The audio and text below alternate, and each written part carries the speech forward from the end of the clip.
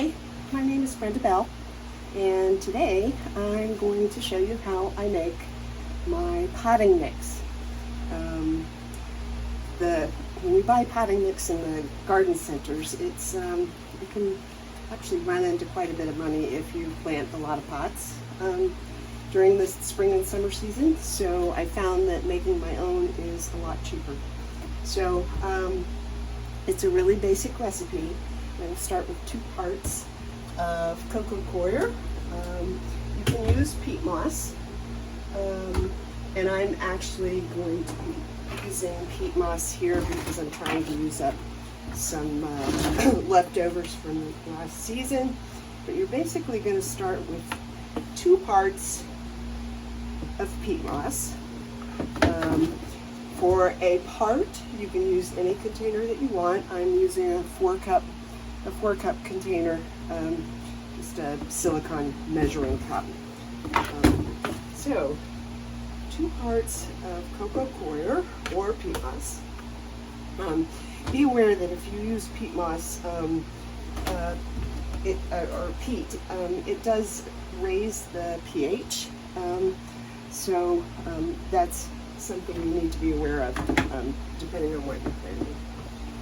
So there's my 2 parts peat. Now I'm going to add 1 part of compost. And this is just, there's nothing special about this compost. I pretty much buy anything that I can find at Lowe's or Home Depot or my local garden center. But here's this is my 1 part. My 1 part compost.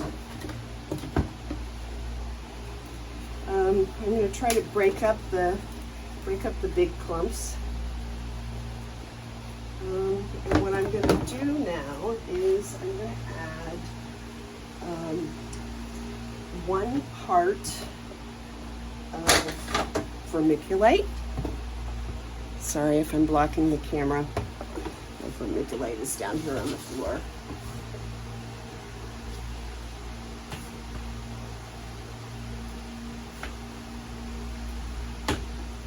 And these don't have to be exact, just get them close. So there's my 1 part vermiculite. And I'm going to throw in, I would usually throw in a little bit of fine sand.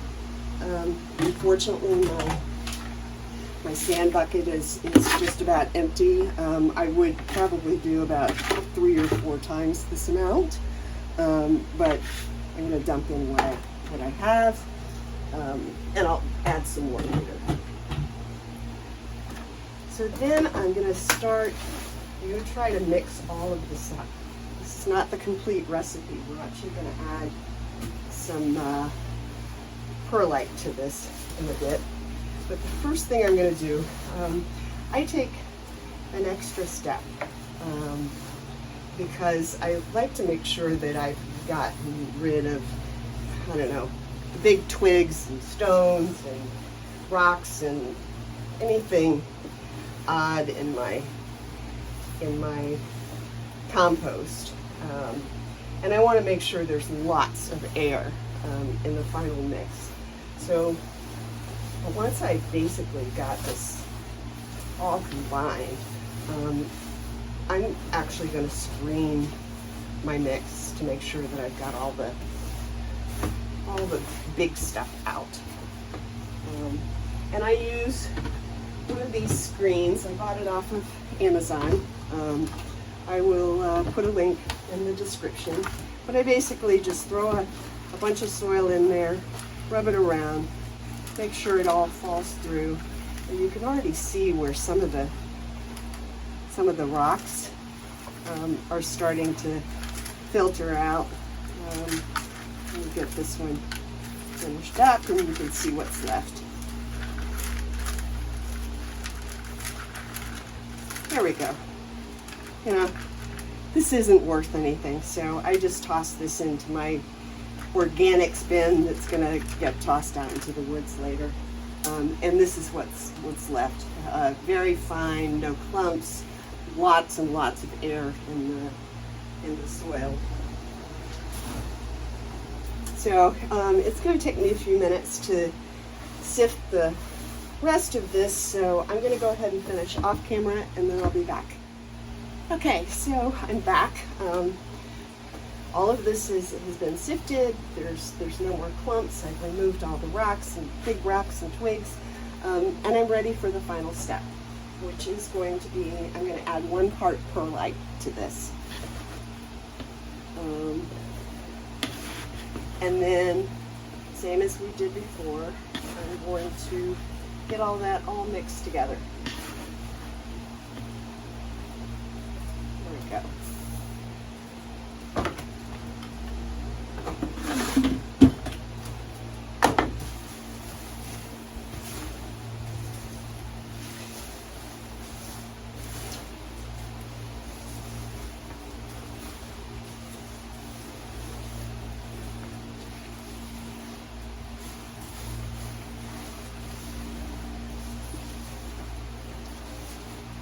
Okay, we're all done. This is really just awesome soil. Your potted plants will do extremely well in this. At this point, this is the basic mix. We're not necessarily done yet because the rest of it depends on what you're going to plant. At this point, you might want to mix in your fertilizer or green sand or worm castings or any of your other additives, but it doesn't really matter what your additives are. You can always start with this basic recipe and it'll do really well for you. Thanks for watching. Talk to you later.